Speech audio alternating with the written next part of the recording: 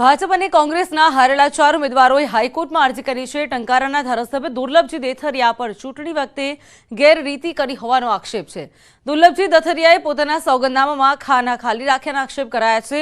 તે ઉપરાંત income tax રિટર્નની પણ કોઈ માહિતી ન આપી હોવાનો આક્ષેપ છે। તો લલિત કગથરા, રઘુ દેસાઈ, હિતેશ વસાવા અને હર્ષદ રેબડિયાએ આક્ષેપ કર્યા છે। લલિત કગથરાએ જણાવ્યું કે આ અંગે રજૂઆત પણ કરવામાં આવી હતી, પરંતુ રિટર્નિંગ ઓફિસરે ઉમેદવારોના ફોર્મ સ્વીકાર્યા છે।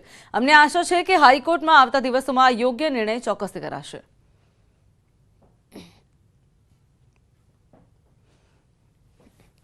તો ભાજપ કોંગ્રેસના 4 ઉમેદવારોની કોર્ટમાં અરજી કરાઈ છે। 4 ઉમેદવાર દ્વારા કોર્ટમાં અરજી કરાઈ છે। દુર્લભજી દેથરિયા વિરુદ્ધ આક્ષેપ કરાયો છે।